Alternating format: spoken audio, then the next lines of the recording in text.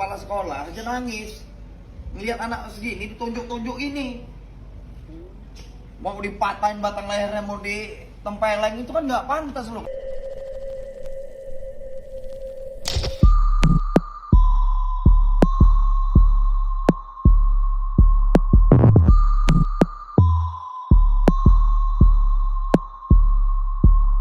Halo bye, pagi, siang, sore, atau malam, jam berapapun kalian nonton video ini, selamat datang di channel Mamang Du. Biasa balik lagi dengan Mamang Rahman di sini ya bye.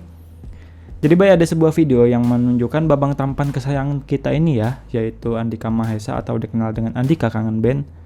Dia ini marah-marah lantaran anaknya yang bernama Mahesa Naula Bumi atau yang sering disapa Bumi gitu, mendapat perlakuan tidak menyenangkan dari orang tua temannya si Bumi ini. Bahkan gara-gara kejadian tidak menyenangkan tersebut, si Bumi ini sampai jatuh sakit karena trauma gitu bay.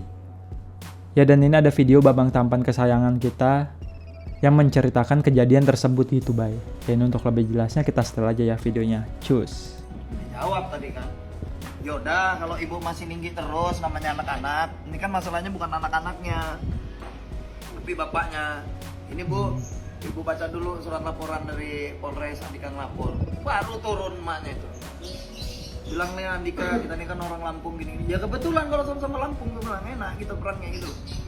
Aduh. Gue ini gak pernah marah sama sekali sama orang gitu loh, tapi tentang anak ngelihat di CCTV guru kepala sekolah aja nangis ngelihat anak segini ditunjuk-tunjuk ini, mau dipatahin batang lehernya, mau ditempeleng, itu kan nggak pantas loh kata-kata itu dikeluar. Makanya gue bilang, Iya sih, siapa yang nggak marah gitu ya? Ini aja kita kan ada tinju nih, nah kita tinju aja di ring. Gue bilang bapaknya sama bapaknya gitu loh. Ya gue nggak ada urusan katanya mau Andika, gue nggak pernah bawa titel gue loh sama sekali. Gue ini jadi artis juga, ketemu orang masih nunduk aja gue, nggak pernah gue busung dada sama orang. Iya sih. Namanya juga anak-anak. Ya kurang lebih kayak gitu ya bay videonya. Ya, dan ini juga ada bukti gitu ya, kalau babang tampan kesayangan kita nih telah melaporkan kasus ini ke polisi gitu. Si Bumi ini sakit gitu ya, atau trauma gara-gara kejadian dimarah-marahin sama orang tua murid tersebut. Dan ini ada kronologinya gitu ya bay, yang diceritakan sama babang Andika. Ketika saya sedang di luar kota, tiba-tiba mendapat laporan bahwa anak saya diintimidasi oleh salah satu orang tua siswa. Yang kebetulan pada hari itu ada acara sekolah yang orang tua siswa dipersilahkan untuk hadir. Anak saya yang didampingi oleh mbaknya tiba-tiba dipanggil keluar kelas, lalu dibentak dan dimaki-maki hingga mengeluarkan kalimat-kalimat yang tidak sepantasnya didengar oleh anak-anak. Alasan orang tua tersebut mengintimidasi anak saya hanya karena sebuah mainan.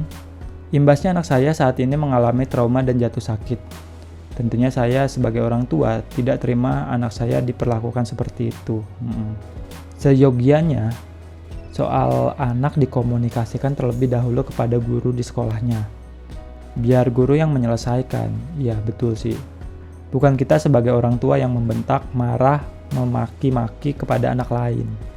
Sakit hati saya, teriris, dan sempat marah, namun saya sadar sebagai warga negara yang baik, saya mempercayai bahwa instansi penegak hukum atau kepolisian adalah tempat terbaik untuk menyelesaikan masalah ini. Jika soal ini saya biarkan saja, saya khawatir psikologi anak saya terganggu.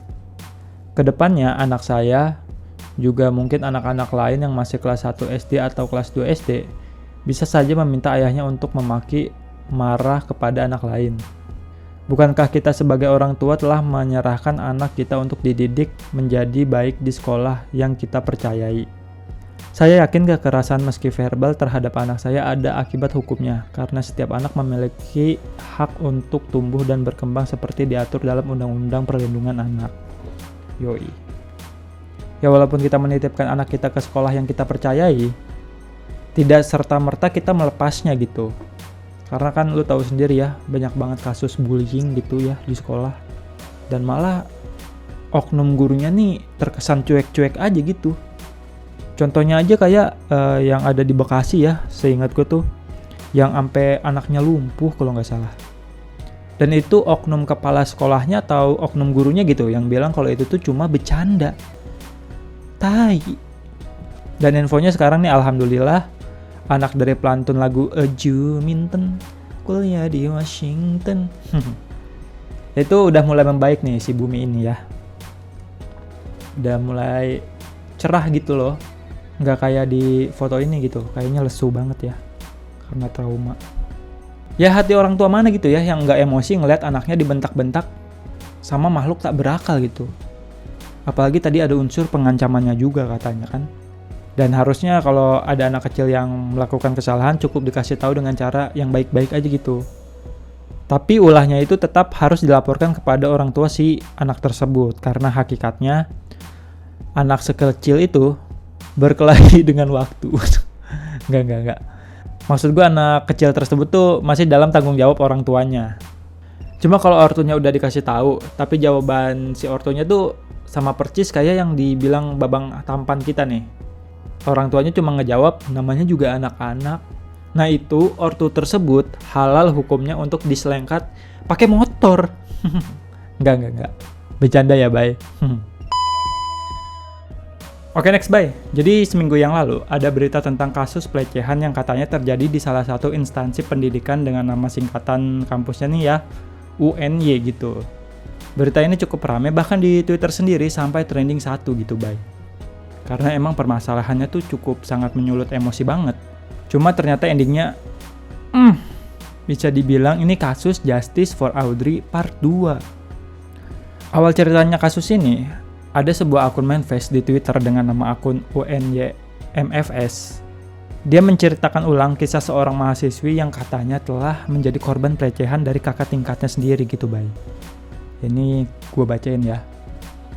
Aku nggak nyangka kuliah di UNY malah direndahin kayak gini. Jadi aku maba dan kenalan sama Kating ini di bulan Februari. Waktu itu kenal karena acara fakultas. Kukira dia baik, ternyata dia cabul. Aku udah dilecehin sama dia dari Oktober sampai sekarang. Screenshotan chatan mereka yang seolah-olah menjadi bukti gitu ya, Bay. Halo Dek, kelasnya udah selesai. Kalau udah nanti di tempat biasa ya. Mas mau sampai kapan lecehin aku? Please mas, aku cuma mau kuliah tenang.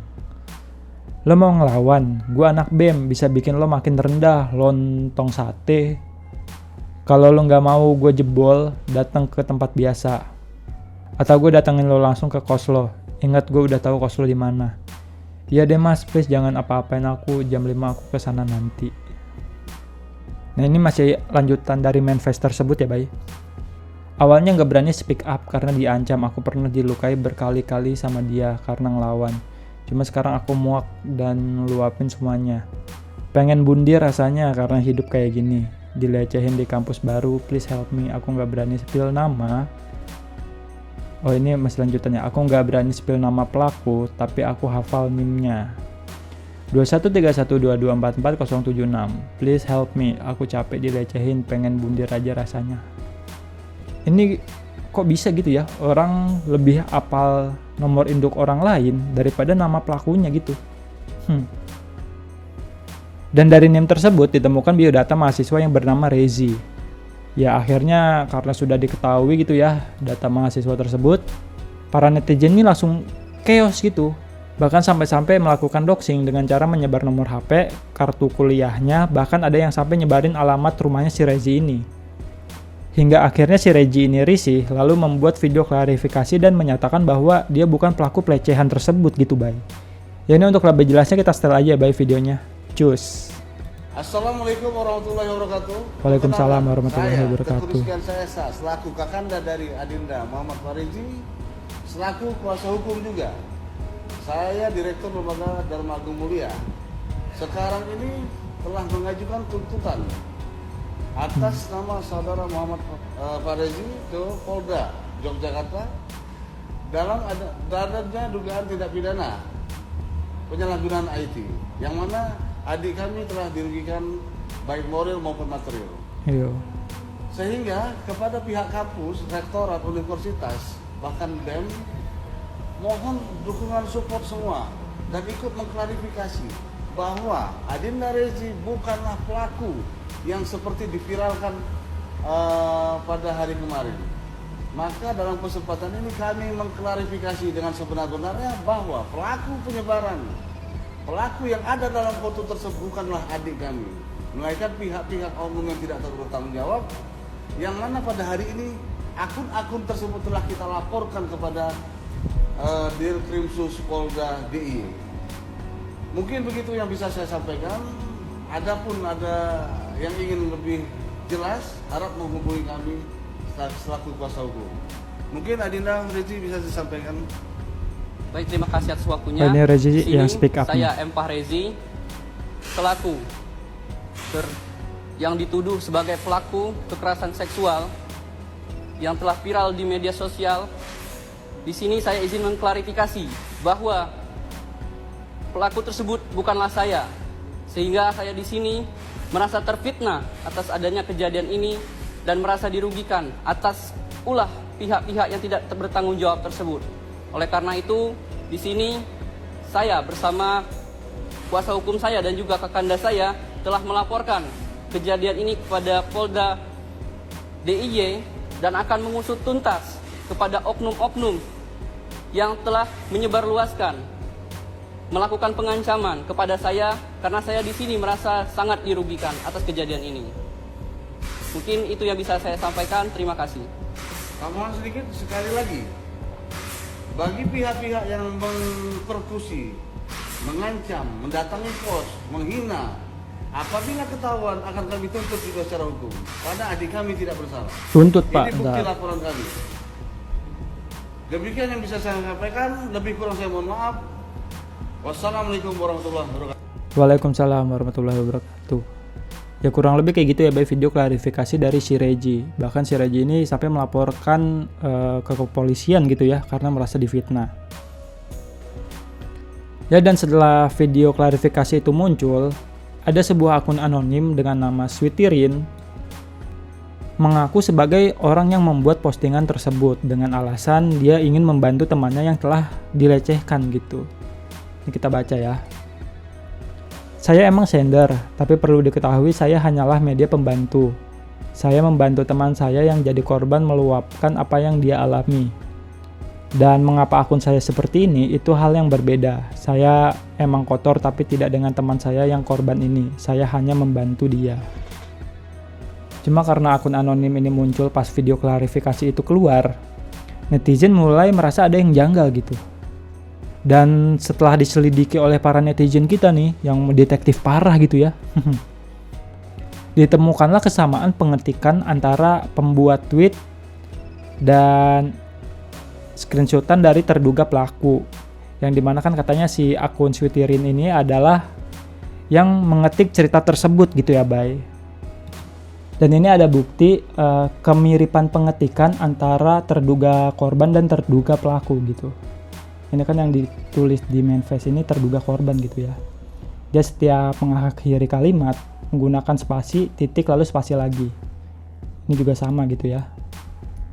Dan ini dia menulis kata nggak berani disambung gitu, Bay. Nah dan ini adalah screenshotan dari terduga pelaku gitu ya. Yang dimana pengetikannya sama gitu. Ini menggunakan spasi, tanda baca lagi, spasi untuk menggabungkan kalimat lainnya. Ini juga menggunakan kalimat gabungan gitu ya, saat dia mengetik nggak akan. Dan ini tuh akun Sweetirin gitu ya, yang mengirim cerita tersebut gitu. Tuh ini ada sama pengetikan gitu ya, menggunakan spasi, terus tanda baca, spasi lagi untuk melanjutkan kalimatnya gitu, Bay. Gila, keren sih nih netizen, pada intelek banget gitu ya.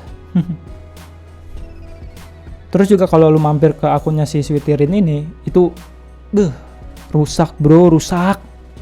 Dan kalau lu penasaran sama si akun Sweetirin ini, gua mohon ya lu jangan buka likes-nya gitu ya. Ini penting loh ini. Ya, dan benar saja setelah beberapa hari beritanya viral, akhirnya polisi bergerak dan menemukan bukti bahwa kasus pelecehan yang ada di UNY itu adalah hoax gitu, Bay. Dan dari penyelidikan polisi tersebut, ditetapkan satu orang tersangka sebagai penyebar berita hoax dengan nama Restu Adam Nuryaman, yang dimana dia adalah teman satu fakultas si Rezi gitu ya, dan terancam 10 tahun penjara. Gokil. Dari keterangan polisi juga si Resto ini melakukan hal tersebut karena sakit hati dengan si Rezi. Karena ketika mereka berdua, si Restu dan si Rezi ini daftar anggota BEM, yang keterima tuh cuma si Rezi doang, sedangkan si Restu enggak. Terus juga pernah ada kejadian si Restu ini ditegur via WA sama si Rezi gitu, pada saat mereka menjalankan festival politik FM IPA. Dan kalau lo penasaran gitu ya sama tampang pelaku tersebut, nih gue kasih lihat. Nyoh. Jujur waktu berita ini viral, gue nggak kepancing sih karena mengingat ini adalah kasus pelecehan yang dimana membuktikannya itu rada sulit gitu. Dan bukti screenshotan chatan dia juga menurut gue rada janggal gitu ya, karena chatannya sendiri tuh kayak kepotong gitu bay, nggak full gitu. Kalau emang tujuannya untuk mengungkap fakta pasti kan bakal nunjukin semua screenshotannya gitu ya, sampai nomor teleponnya kelihatan gitu bay. Dan yang membuat gue nahan-nahan tidak berkomentar ya apalagi gitu ya kalau bukan belajar dari kasusnya Justice for Audrey, karena itu emang kasusnya menjadi pelajaran hidup banget gitu buat gue. Ya oke lah guys, segitu aja video gue kali ini. Cuma gara-gara pengen jadi anggota BEM doang ngefitnah orangnya sampai begitu banget ya. Dan ini juga orang-orang pada gampang kepancing sama fitnah sosmed gitu. Gimana nanti kalau misalnya ada fitnah dajjal? Nauzubillah min zalik gitu ya. Oke, bye, Mamang Rahman cabut dulu. Jangan lupa like, comment, subscribe, sama share dong. Oke?